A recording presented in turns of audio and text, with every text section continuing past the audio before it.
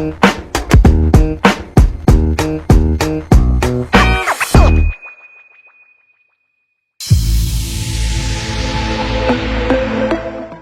everyone.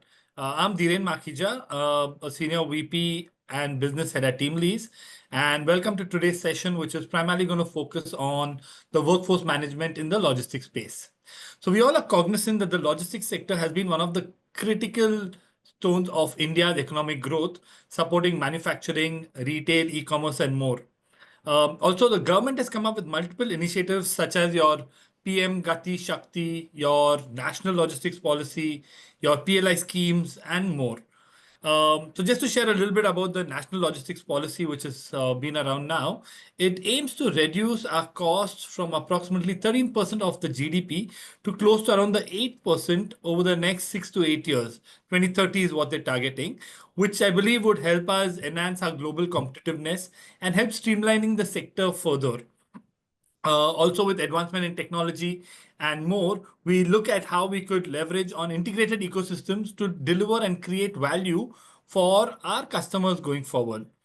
So on the growth of the logistics sector, I think Indian logistics has been growing at a CAGR of about 10 to 12% over the last few years, and we plan to reach close to around the 600 billion or so by 2030. But I guess the biggest challenge that we all face is around attrition, shortage of talent, and primarily improving your productivity and things around that. So, to offer some significant insights around this sector, with us we have a very esteemed guest, Mr. Devi Prasad Satpathy, who primarily comes in with extensive experience of about 15 years across the logistics and construction sector, and currently is a senior manager HR at Nippon Express. So, Mr. Devi Prasad, welcome again to our show. Yeah, thank you. Thank you so much, Mr. Dhiren. And I would like to express my sincere thanks to the entire team of TeamLease Staffing Solutions just to arrange like such, I would say, some powerful platform. Yeah, in this discussion, we would like to highlight a couple of points related to the skill workforce that we are managing in our day-to-day life while performing the logistics and the warehousing operations. And apart from that, what are the compliance challenges and the issues that we are also facing? In reference to the same, like what are like the geopolitical tensions also across borders that are also ongoing. So what are the multiple factors that are contributing to the logistics policy, and I would say the entirely the supply chain management framework. So all these important points and frameworks that we would also be discussing during our Thank you, discussion. Debbie. Thank you. Appreciate it. I like the way you actually summed up our whole podcast for the day. So Yeah, really like it. So I think we could start off with the attrition piece. I think yeah, because that's been one of the biggest challenges that we are primarily facing. So yeah. your thoughts around how attrition is affecting the sector, what are the challenges that you're facing around it and the likes. To start off with that, it would be great to hear your thoughts.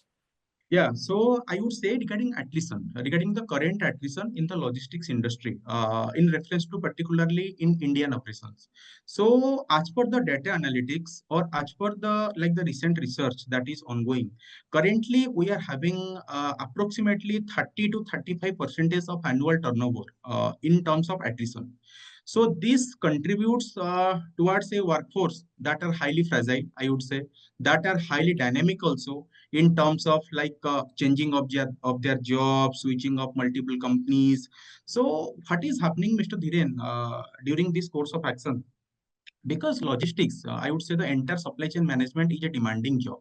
Okay, so when you are employing someone in your company and when you are assigning some JD to that person and considering your assigned goal, like and your like the targeted the like the business approach that what you are expecting from that person, it should be clearly communicated to that person from the day one. Okay, so you should have that policy because your expectation from the employee, it should be very clear.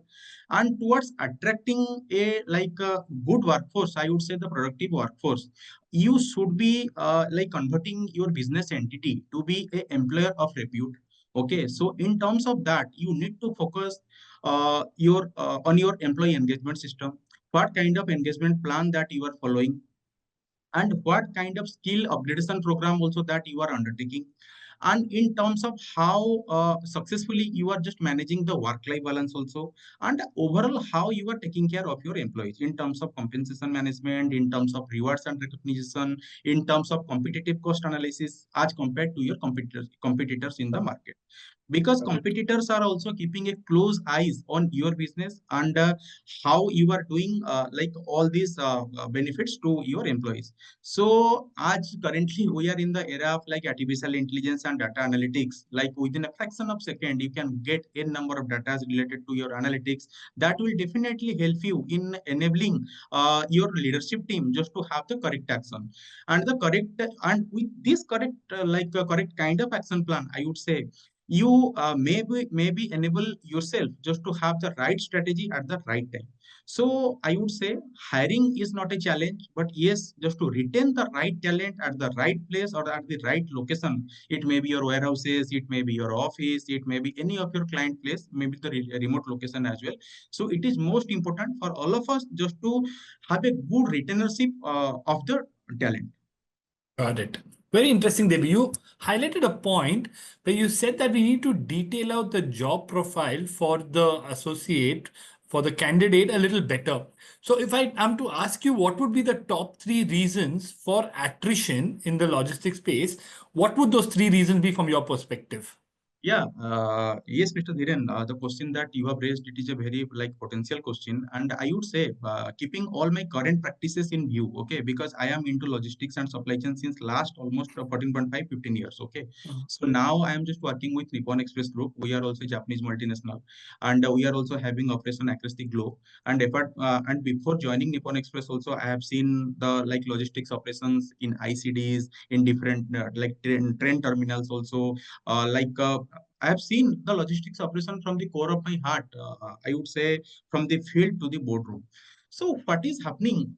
See, we are on the business expansion mode. Okay, so we are just like having a detailed plan. Just we will expand our terminal operation in some area of the country. So at first, what we need to do, we need to analyze the market. What Mhm. we need to do, we need to analyze the workforce. What kind of workforce is available there? Are they capable enough just to meet our demand? What is our business strategy? What is our business and demand forecasting?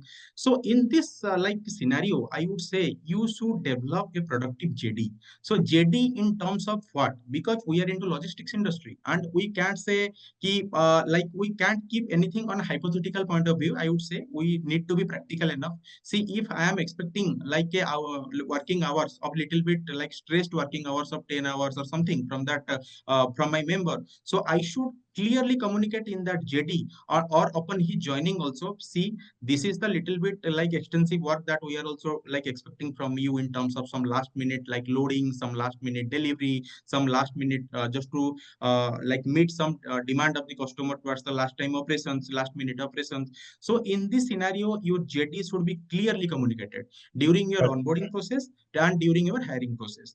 Then after that, I would say the JD should be have a right set of skills that you are also expecting from the candidate. Apart from that, the day-to-day operational activities and the reporting structure also since the day one, it should be also clearly communicated. And because while performing your job, if you are facing any kind of challenge in terms of human resource management, in terms of your operational challenges also, so you are free. And this kind of like the communication channel is also there, and you may reach out to any of the assigned responsible person in the company just to keep yourself satisfied. And if you have having any query, then you will get the instant solution towards the same, and it will definitely increase his satisfaction level. Understood. Very interesting. So you said one is when there's a miscommunication of the job profile. Two is internally when they don't have the right people to reach out. That could be another reason. Yeah. Very nice. Good. So with respect to attrition, if I'm to link it with the next step, that on retention, can you help share a few things that possibly Nippon is doing or some best industry practices for us to just share it with our audience? See, Mr. Dhiren, particularly in terms of Nippon and considering like the existing practices of our like competitors also, the same kind of service providers in the market, in the international market, in the domestic market. Now, all the companies now they are focusing towards a competitive workforce management. I would say so. It will definitely help in retaining the talent, but yes, consistency matters a lot. See, like all the initiatives that you are taking up, okay, it should be it should be a continuous process in your company. It should be a culture in your company that after like onboarding couple of candidates, okay, so that is not your job, or that is not the job of the HR team just to like leave the candidates as it is, let them like perform as per their own ways without any proper guidance, without any proper training. That should not happen. It should be a very structured manner of like managing the workforce. So after onboarding, what you are supposed to do, you are just develop a complete JD, and after developing the JD, you need to have the probation review, because in any of the company, after like onboarding the like candidate, there is a probation period. Okay, so in our company, what we do, the probation period is almost, it varies from 3 months to 6 months. That depends upon the like nature of job and for your job responsibility that is being assigned. Okay, so in our probation practice, what we do like follow two kind of feedback system. One is after 60 days and one is after 120 days feedback system. So it is a 360-degree feedback system that we do generally follow. And in this feedback system, we have a strategy just to have a face-to-face meeting with the candidate in terms of HR meeting, in terms of its heads of the department, in terms of his immediate reporting manager. And in that process, we collect like all the feedbacks, how he's performing, if any support is required in terms of knowledge upgradation, in terms of some special kind of training if it is required. So in this scenario, we are managing just to have their skill upgradation process. And in terms of employee engagement, also in terms of a couple of team building activities, in terms of couple of like cross-functional activities, cross-departmental activities, also we keep engaging our workforce. And apart from that, we provide certain extrinsic benefits, I would say, intrinsic benefit, I would say, in terms of insurance plan, in terms of some I would say some welfare provisions kind of. So it is also a little bit confidential and it depends upon the company to company. And regularly also we do like endorse the training program also for all the like potential candidates and all. So and annual increment also, considering the DA revision and everything. So it should be the performance management system which is also ongoing annually. So a couple of potential parameters that we are considering, and I'm sure all the market players also, they are also following the same practice. But yes, that practice should be realistic and it should be continuous, just to Appreciate keep it. the workforce engaged. Got it, Debbie. Now, I like the fact the way you detailed out what all initiatives have been taken. And I think the HR team in Nippon actually has their hands full with all this. So full marks to you guys. Yeah, Excellent stuff. yeah. So Thank you, while thank we you. were talking about attrition, the bigger challenge that we've heard is primarily on getting the right kind of talent itself. Yeah. So with the current competitive market and poaching happening and the likes, so can you share a few thoughts on how you're going about talent acquisition, how you're leveraging on technology to get that whole thing going and the likes? That would be very helpful. So considering the current opening, so what the kinds of opening that we are having and the different levels of opening that also we are also having, it starts from the strategic level to the operational level. So Mhm. yes, considering the different kind of job responsibility and expecting the role also from the expected candidates, we do categorize our job descriptions, and in that with the help of like artificial intelligence, with the help of certain JDs that are based out of certain data analytics, the market intelligence. We develop certain JDs that are quite being helpful for all of us in order to get the right talent and with the right sourcing partner. I would say it may be our in-house sourcing team, it may be any of the staffing solution providing service provider or recruitment service provider. They are also nowadays like very careful while hiring the candidates and all. And as already I have said, with a clear and with a purposeful JD, you would be able just to attract the right talent. And while going on for the interview process, evaluate the candidate properly, and the candidates who should have the same skill set as per your expectation, and considering his experience level, industry knowledge, and definitely you will get a right talent at the right time. So in terms of introduction of the artificial intelligence, in terms of just to imbibing some technology while hiring, because it will definitely help us just to have a competitive market analysis in terms of compensation management, in terms of what are the the benefits that you are also extending to your employees. It will keep you on the edge. Got it. While we pick up on the importance of technology with respect to hiring and upskilling and the likes, there is one thing linked with what we just spoke is primarily getting talent, especially when the gig workforce and your e-commerce and the likes primarily are playing a very, very active role. Rather, Yeah, they they have a yeah. lot of opportunities. So what's your take around that? How you are catering to that and how you are handling those apprehensions? Yeah, considering the gig workforce, as Mr. Dhiren, like we all are seeing, okay, so the gig workforce, the deployment of gig workforce is now on a boom, I would say. And all the requirements that are being made by us only, nothing else. Because, see, in the logistics industry, some are the core players, okay, so those who serve like B2B, and couple of industries are there, those who serve B2C, and some are, I would say, purely they are the retail, they are into retail only in terms of certain like food delivery systems or something. So I would say the gig workforce. So if you are assigned with like couple of loading assignments for a large customer, okay. So considering the gig workforce, you need to deploy some temporary workforce at that point of loading, at that point of delivery, at that point of like certain where you are dedicated just to deliver that amount of work in a certain period of time. So deployment of gig workforce is also very much important, but you should have a very much clear cut strategy that should differentiate between the gig workforce and between your regular workforce, because gig workforce are always there just to support you on the ad hoc basis, and they are always on the higher side of demand, and you should like pay them on a very fair way. Okay, so your like payment system should be flexible enough. Sometimes you need to pay in the piece rate system, sometimes you need to pay on the like on the average like regular on the pay pattern also.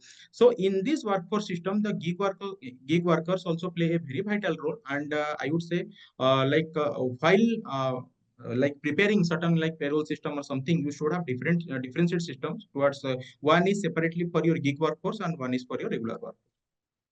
Got it. No, very interesting.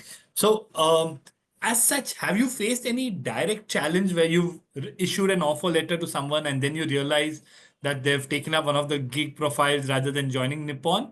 And how have you all handled that, just to understand how you go about it? Yes, such cases usually come across. Okay, so recently also we have seen couple of cases after offering them, they are also like being had by some other agencies, by some other like market players also in terms of a couple of good pay package in terms of something. But yes, while hiring and while conducting interviews also, we clearly communicate to all our candidates. So always you should have a long term vision. You should know the background of the company to where you are coming for the interview. You should know the employer's brand value as well in a long run. Okay, so it depends upon like your requirement as well. So if you are looking for some like some certain goal, if you are having some certain strategy, so see, I would go that place and I would be joining so couple of for the couple of months, only 2 to 3 months, and then I'll be leaving that place, I'll be switching to another job. So frequently job changers are, I think they should have certain different mindset, and for them also like different kind of gig workforce, like hirings are also ongoing. But in our company, we are simply focusing on like the regular workforce management systems, I would say, in terms of, because we are catering more into like B2B and all. So but that varies from situation to situation. Yes, the gig workforce now they are playing a very vital role because they are very agile nowadays and very fragile also. So considering all the market movements, we need to be like on the edge always with all the competitive strategy in the place. Got it, Debbie. Very helpful. So, Debbie, I think my next question is going to be around digitization and technology and the play that it has across hiring, across retention, across upskilling, productivity, and the likes. So, 2 minutes of your time around that would be very helpful to tell us how have you all leveraged on technology. Yeah. So on technology, like we are into employee assistance program. We have already onboarded like couple of application-based software programs. So that we are also providing to our all our employees.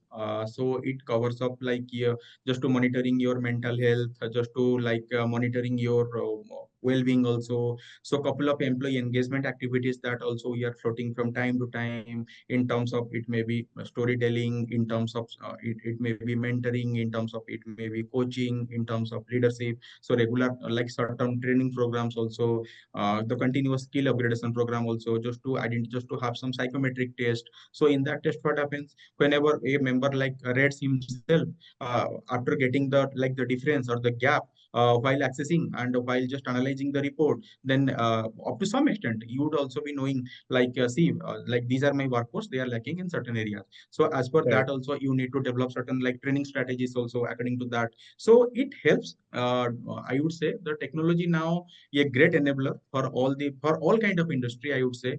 So yes, and it reduces like all the works of HR department up to some extent, and it makes productive, like I would say, the HR department more productive, and it helps in terms of interaction with the employees Yeah, in a yeah, very no, positive way.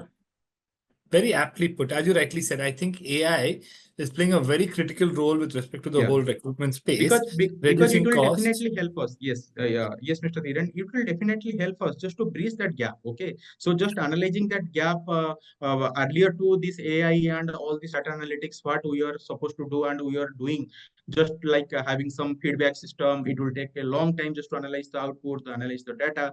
But yes, with this AI, with this use all the application based like data analytics program, in a couple of seconds that you are able just to summarize all the feedbacks that you are getting from the employees, that will definitely help you in terms of just building your brand, building the healthier employee engagement initiatives. So that helps us. All right. Very helpful, Debbie. Good. So from a Nippon perspective and even from a general industry perspective, the tier three, tier four cities and the likes is something that is a potential market, and you guys must be looking at exploring it. So your 2 cents around that as to what are the challenges that you're facing in these cities would help us gauge it better. Yeah. So in terms of while penetrating into tier two and tier three markets, okay, as already I had said, so you need to do a extensive research before penetrating to that market in terms of your business strategy and in terms of your human resource strategy. So there should be a proper alignment between your business plan as well as along with your human resource development plan.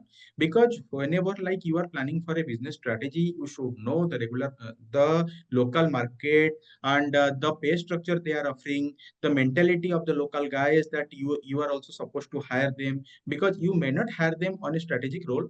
Apart from couple of positions, you will definitely hire them on a operational role. So in their operational role, they play a very vital or the key, I would say the key enabling like parts are there. So they need to perform on the field level.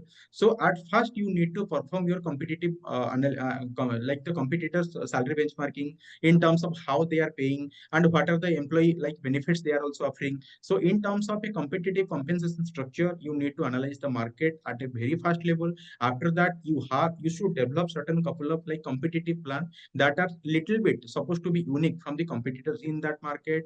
And considering the local compliance, sometimes we just consider the minimum wages, sometimes we consider like some laws of that soil only. So considering the compliance point of view, the pay structure and the mentality and the local government support also. Okay, so but sometimes we need some support from the government also, from the local administration. So considering all these points, you should like plan before penetrating into a tier two or tier three cities. Got it. I like the way you spelled it out that there are different stakeholders, Yeah, which could be a competitor, which could be the government, which could be the landscape and the likes. yeah, But one thing that you highlighted was very interesting, Debbie, was on the compliance piece. yeah, So with multiple things which the logistics sector needs to keep a close watch on, could be with respect to the labor laws, could be with respect to the safety mandates for all these laborers, or yeah. could be with respect to the trade regulations that keep kicking in and the like. So how do you go about ensuring that you guys are absolutely compliant, and how do you update and what do you do around that? Yes, if I would say like regarding the compliance part that we are following at Nippon Express Group and almost all our competitors also in this scenario, particularly to the logistics and supply chain management, I would say all the companies now they are focusing on compliance. Because if you are operating as an MNC, multinational company means you are just abide just to follow the compliance part of many countries across the globe. So in terms of that, as all of us know, now it is the era of ESG, environment, social, and governance. So under the environmental law, you are you are under compulsion just to showcase your carbon emission norms, and you are also like how much you are contributing towards the the carbon output, or like how much carbon like you are consuming, how much fuel that you are consuming for just to complete your trip, one assignment of your business, and how much like water you are consuming, how much electricity you are consuming. So overall you are contributing towards the environment, and all the data and all the analytics, it should be rated and it should be analyzed. And in terms of social, so how you are into DEI, like diversity, equity, and inclusion, how you are into like gender equality, so how you are considering the different parts of the society, how you are like onboarding the different members from the different parts of society. So apart from that, how you are performing towards the local labor compliance also. So apart from the labor compliance, now under the governance part, like we are also developing certain international policies in terms of some certain human rights policy, anti-bribery policy, sexual harassment policy. So all these policies are being governed by the ISO nowadays. So under different ISO, because in our company we are into three kind of ISO standards. One is ISO 45001, which is into occupational health and safety management system. ISO 14001, this is into environmental management system, and ISO 9001, this is into like quality management system. So we have considered all the ISO parameters in place, considering towards the global parameters, towards the environmental contribution, and towards the like the process management system, I would say the QMS. So considering all these international standards, we are also performing, and time to time we are just like releasing our data to the rating agencies just to have their like all the like ESG norms and ESG standards also, like some ecosystem kind of thing. So in this way, we are very transparent towards the like compliance, and I'm sure all our competitors also, they are also following the same thing, just to Got it. keep all the data transparent. Yeah. Got it. So Devi, hats off to you because from what I understand, you face challenges at all levels, primarily with respect to your hiring, your attrition, you're talking of a compliance piece and so on and so forth. So while I'd love to continue the discussion for a much longer time, you've already Okay. spent a lot of time with us. So I'd like to thank you again for being a part of this and would love to connect with you again in due Yeah. course. Thank you. Thank you Yeah. so much, Mr. Dhiren, and the entire team of TeamLease for just like exploring such value-added platform. This is from my end. Thank you so much for connecting, and definitely we'll be exploring a couple of more sessions. Thank you. Thank you Thank you, so sir. much, Devi. You take care. Thank you. Have a great day. Thank you. Thank you so much. Bye bye.